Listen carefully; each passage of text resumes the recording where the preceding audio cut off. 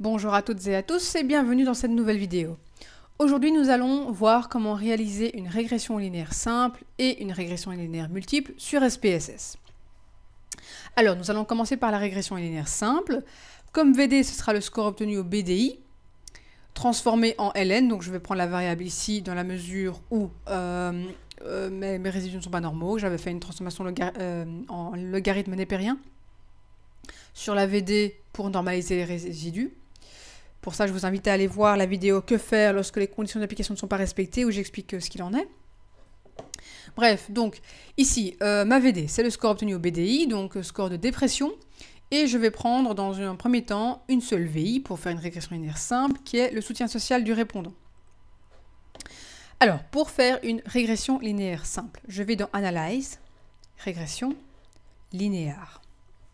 Ma variable dépendante, je mets donc le score au BDI transformé en ln. Et comme VI, je mets le soutien social. Alors, important, je vais dans Save. Je sauvegarde les résidus standardisés, parce qu'il me les faudra pour le QQplot notamment. Et les valeurs prédites non standardisées, car j'en ai besoin pour l'homocédacité des résidus et également pour le cook et le leverage. Il me faut du coup également le cook et le leverage. Donc ça c'est l'étape 3 de la NOVA, hein, vérifier la présence, détecter la présence de valeurs potentiellement influentes. Donc ici j'ai tout. Et c'est tout. Donc je peux lancer la régression linéaire simple. Alors, qu'est-ce qui se passe? Ici j'ai entièrement l'étape 2. J'ai le modèle summary, j'ai la NOVA, j'ai les coefficients. En revanche, je n'ai pas l'étape 1 du tout, et je n'ai pas non plus l'étape 3. Du coup, l'étape 1, c'est les conditions d'application. Il me faut la normalité des résidus, donc pour ça, je vais dans Analyze, Descriptive Statistics, QQplot. Je mets les résidus standardisés, donc je vais faire un QQplot des résidus. Là, je vois qu'effectivement, ils suivent une courbe normale, une distribution normale, donc très bien. Ça, c'est pour la normalité des résidus. Ensuite, il faut faire également l'homocédasticité des résidus. Pour ça, vous allez dans Graph, Legacy Dialogues, Scatterdot. Ça, ici, en fait, il s'agit d'un graphe XY. Donc, les graphes qu'on utilise lorsque l'on a deux variables quantitatives. Donc, sur l'axe des X, je mets les résidus standardisés. Et sur l'axe des Y, je vais mettre d'abord les valeurs prédites non standardisées. Ça va me faire un premier graphe obligatoire. Et il me faut un deuxième graphe XY, le même, mais où je vais remplacer la valeur prédite non standardisée par la VI. Du coup, je laisse mes résidus standardisés, mais à la place de l'axe Y, sur l'axe Y, je vais mettre le soutien social, vu que c'est ma VI. Voilà, donc j'ai mes deux graphes permettant de voir que effectivement les résidus ont un comportement aléatoire, et du coup ma condition d'homocédasticité est vérifiée. Étape 1, fait. Normalité des résidus, homocédasticité des résidus. L'étape 2, elle est entièrement fournie au moment où j'ai fait la régression. Il me manque donc l'étape 3 qui consiste à détecter la présence de valeurs potentiellement influentes. Ça, c'est grâce aux statistiques de Cook et de Leverage. Je vous rappelle que, vu que j'avais demandé à les sauvegarder, vous voyez qu'à la fin, j'ai donc les 4 choses que j'avais demandé dans le bouton Save, les valeurs prédites non standardisées que j'ai déjà utilisées, les résidus standardisés que j'ai déjà utilisés également, la distance de Cook et le Leverage. Alors, comment les utiliser? Vous allez dans Graph, Legacy Dialogues à nouveau, et vous faites Scatterdot. Là, l'axe des X, vous allez mettre la valeur prédite non standardisée. Et sur l'axe des Y, vous allez mettre Cook et le Leverage. Donc d'abord, je fais Cook. Voici mon graphe de Cook. Et je refais la même chose, mais je change Cook maintenant et je mets le Leverage. Voici mes deux graphes. Cependant, je ne sais pas où est le seuil. Quelle est la valeur seuil au-delà de laquelle je commence à me dire que les points ont peut-être un souci et sont peut-être influents et vont donc peut-être avoir un impact sur la stabilité de mon modèle. Eh bien, pour ça, on va la tracer. Il faut modifier le graphique. Donc, par exemple, ici, je clique 2 fois sur le graphe de Cook. Il y a une fenêtre qui s'ouvre me permettant de modifier le graphique. J'ai besoin de tracer une ligne horizontale à une valeur que moi j'aurais décidée. Ici, vous voyez, ça permet de tracer une ligne sur l'axe des X, donc une ligne horizontale. Il y a une ligne qui est apparue, il faut que je lui dise où se mettre. Pour la valeur de Cook, on estime la valeur seuil à 4 divisé par n. N étant le nombre de participants. Ici, j'en ai 50. 4 divisé par n, ça fait 0,08. Donc, je mets ici la valeur que j'obtiens en faisant le calcul. Je clique sur Apply. Et là, on voit que la ligne se met sur l'axe demandé. Vous pouvez quitter la fenêtre, ça se modifiera automatiquement. Voilà. Et donc, on voit qu'il y a 3 points au-dessus qui donc méritent que l'on porte attention. Peut-être 3 points qui menacent la stabilité de mon modèle. On fait la même chose avec le leverage. Le calcul n'est pas le même. Pour le leverage, c'est 2 fois P divisé par N. P, je vous rappelle que c'est le nombre de prédicteurs. Le nombre de prédicteurs, c'est le nombre de VI plus 1. Le terme constant, ne l'oublions pas. Donc, j'ai une VI plus un terme constant, ça me fait 2. P est égal à 2. Du coup, 2P divisé par N, ça fait 2 fois 2, 4 divisé par N. Donc, dans ce cas-ci, c'est la même valeur que pour le Cook. Mais en cas de régression linéaire multiple, cette valeur change. Ce n'est pas la même que Cook. Donc, je mets la même valeur, je clique sur Apply. Et là, on voit qu'il n'y a un seul point, donc un seul participant qui potentiellement pourra avoir une influence, mais vu qu'il est proche de la ligne, je ne m'inquiète pas trop. Donc, voici pour ici. Alors, si on veut être complet, je vais vous montrer comment faire. Si on veut être complet, j'ai donc le Cook et le leverage. Le leverage ne m'inquiète pas trop parce qu'il n'y a qu'une seule valeur au-dessus du seuil et elle est assez proche. Par contre, le Cook, si vraiment on veut être nickel, on peut se demander si éventuellement ces 3 points-là n'ont pas un impact négatif sur notre modèle. Alors pour ça, qu'est-ce qu'on fait? Je vais les exclure des analyses. Une méthode toute simple consiste simplement à aller dans Data, Select Cases, donc c'est une fonction pour choisir les données qu'on retient. Je clique sur If Condition is Satisfied, If, et là en fait je vais utiliser la distance de Cook et je vais sélectionner les cases qui ont une valeur de Cook inférieure à 0,8. Ah ouais, il faut que je mette un point. Voilà, donc là, Select Cases, donc je vais sélectionner les cases qui ont un Cook inférieur à 0,08, donc la valeur seuil. Je clique sur OK, et là, qu'est-ce que je constate? Normalement, si je vais voir mes données, j'ai normalement 3 individus. Voilà, j'en ai 3 qui ont été enlevés. Tous les 3, donc c'est 1, 7 et 11, tous les 3 ont une valeur de Cook supérieure à ma valeur seuil. Voilà, je vous conseille de vérifier que vous avez bien fait ça, donc de voir que effectivement vous avez X données. Voilà, donc ici, j'ai plus que 47 participants. Je vais recommencer ma régression. Donc Analyse, régression linéaire. C'est exactement la même. Hein. De nouveau, il n'y a que 3 participants qui ont été supprimés. Et là, je regarde ce qu'il en est. Donc dans ma première régression avec mes 50 participants, qu'est-ce que j'avais vu? J'avais vu que le soutien social du répondant est significatif et on a un B1, bêta 1, donc la pente de mon soutien social est de moins 0,139. Quand je n'ai plus que 47 participants, le soutien social est toujours significatif et je vois que ma pente est de moins 0,143. Donc finalement, elle n'a pas énormément changé, c'est toujours significatif.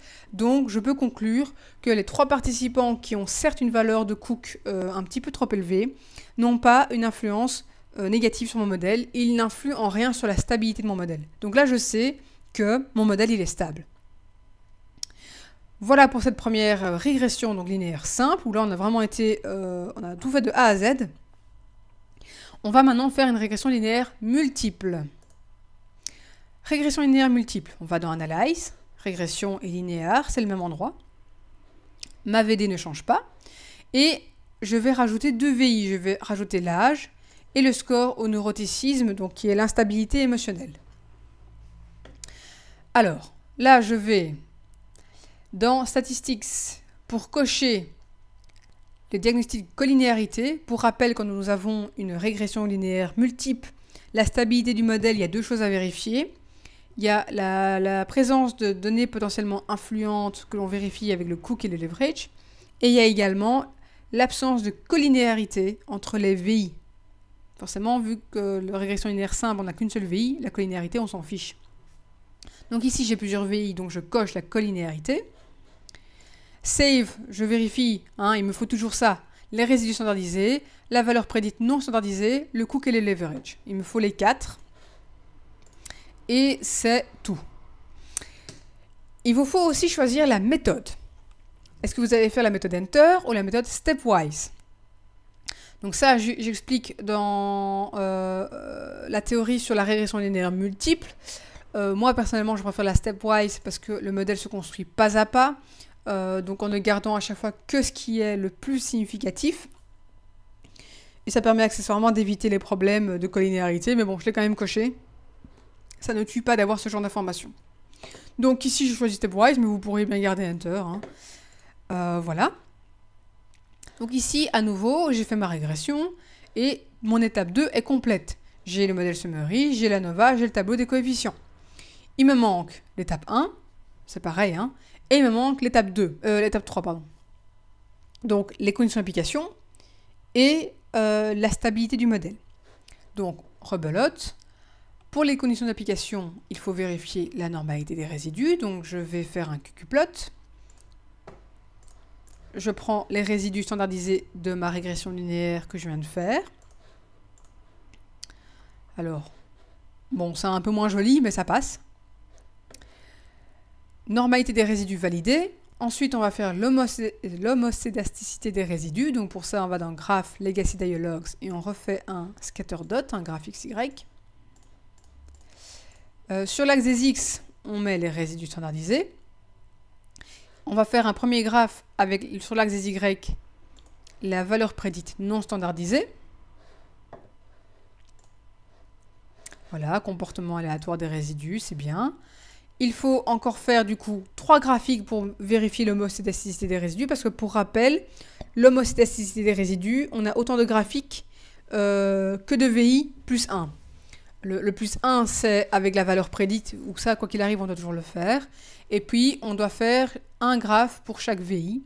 Donc, je garde mes résidus standardisés sur l'axe des X, mais je vais mettre l'âge sur l'axe des Y, première VI. Ensuite, à la place de l'âge, je mets le neuroticisme, deuxième VI. Et enfin, un dernier graphe. À la place du neuroticisme, je mets le soutien social. Voilà, donc 4 graphiques ici qui me permettent de tester l'homocédasticité des résidus. Donc la condition est maintenant validée. Donc l'étape 1 est entièrement faite. L'étape 2 est faite depuis le départ, c'est ma régression. Mes tableaux ici. Et alors, il me manque l'étape 3, donc la stabilité du modèle. Donc la collinéarité, elle est simplement affichée dans le tableau coefficient, donc ça, il n'y a pas de souci, j'ai coché le bouton, donc c'est affiché. Il me faut encore, du coup, le cook et le leverage afin de détecter les valeurs potentiellement influentes. Ça se fait de la même manière qu'en régression linéaire simple. On va en graphe, Legacy Dialogues, Scatter Dot. Là, on met, pour l'axe des X, on met la valeur prédite non standardisée. Et pour l'axe des Y, on met le cook. Dans un premier temps, donc voilà notre graphique. Et on recommence. Pour le leverage, donc on met le leverage à la place du cook sur l'axe des Y. Et là, on a nos 2 graphiques. Alors à nouveau, il faut qu'on trace la ligne pour savoir un petit peu à quel point les valeurs, et s'il y a des valeurs qui s'éloignent fortement. Et qui sont donc potentiellement influentes. Donc le cook, c'est toujours 4 divisé par end, donc j'ai toujours bien 50 participants. Et là, vous voyez, je viens de faire une erreur. Et une erreur qui m'arrive régulièrement, j'ai un peu honte, mais j'ai fait toutes mes analyses avec les 3 participants supprimés. Donc là, malheureusement, faites bien attention quand vous faites ça. Je ne suis pas immunisé non plus. À retourner dans le Select Cases et donc à recocher le All Cases. Et là, effectivement, du coup, là, j'ai à nouveau mes 50 participants. Donc ça veut dire quoi? Ça veut dire que quand vous vous rendez compte de ce genre de choses, eh ben, vous pouvez tout recommencer. C'est pour ça, je tiens à le signaler, je profite de cette erreur qui n'était vraiment pas prévue pour vous faire un petit commentaire là-dessus. La syntaxe, c'est primordial. Vraiment. La syntaxe, bon moi ici, vu que je vous montre comment faire, je ne m'amuse pas avec la syntaxe, je fais une vidéo à part pour expliquer comment utiliser la syntaxe. La syntaxe c'est précieux, parce que là pourquoi je me rends compte que j'ai fait une erreur, je sélectionne tout dans la syntaxe, et hop là, je relance tout. Là, je dois tout recommencer, donc je vais vite le faire. Donc régression. Bon, par contre je laisse tout, ça c'est pas un souci. C'est juste que mon nombre de participants a changé, donc régression, je recommence tout. QQplot. Donc vous voyez, là, ici, si j'avais fait la syntaxe, tout serait déjà lancé. Je ne devrais pas m'amuser à tout refaire. Moi, je connais le truc par cœur. Vous, je suppose que vous n'en êtes pas encore là. Donc, les résidus standardisés avec Unstandardized Predicted Value. Ça, c'est pour l'homocédasticité. On recommence pour l'homocédasticité avec les 3 VI.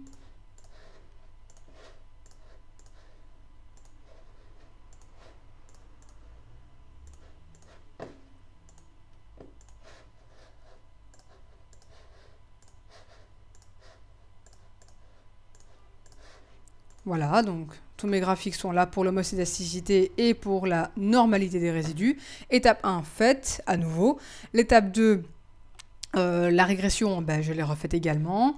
Et donc, je parlais de vérifier la stabilité du modèle. Donc, le vif est donc bel et bien là, pas de souci, il ne pose pas problème. Et il nous reste donc la détection de valeurs potentiellement influentes au moyen de graphiques XY. Voilà. Donc, on met la valeur prédite non standardisée à la place du X et le cook sur l'axe des Y. On recommence pour le leverage.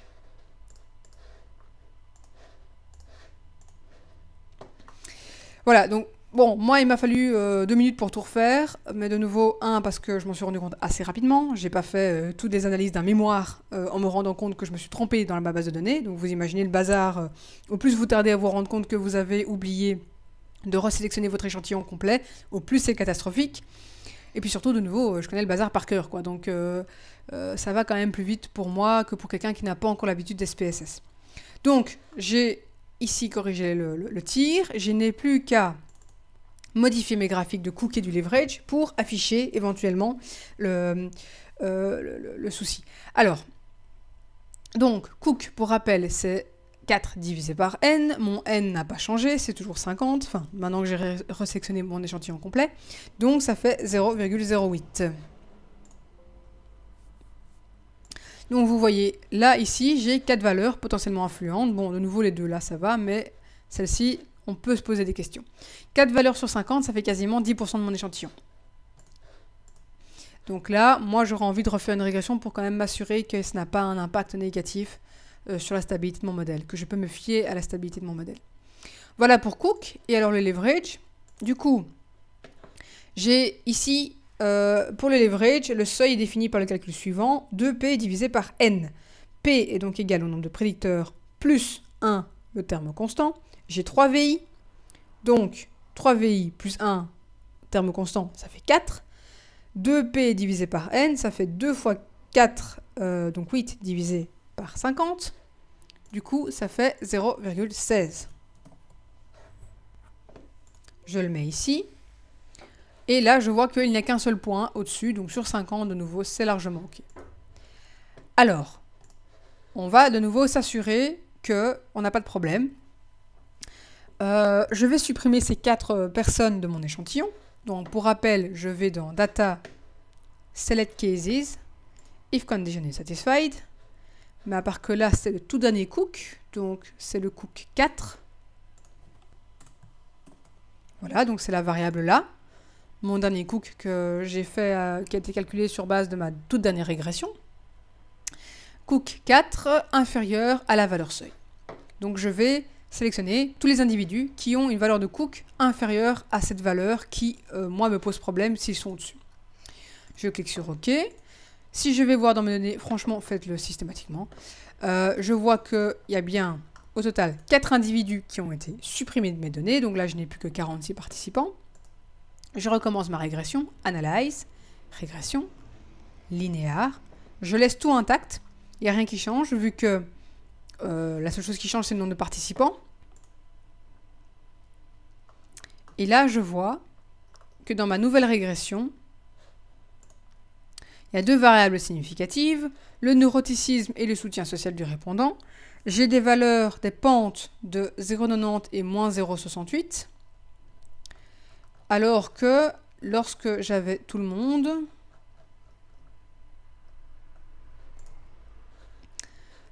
j'avais donc dit 0,90 et moins 0,68. Donc ça n'a pas fortement été modifié. De toute façon, la conclusion est la même. Donc je peux déduire que mes participants, bien qu'ayant des valeurs potentiellement influentes, n'ont pas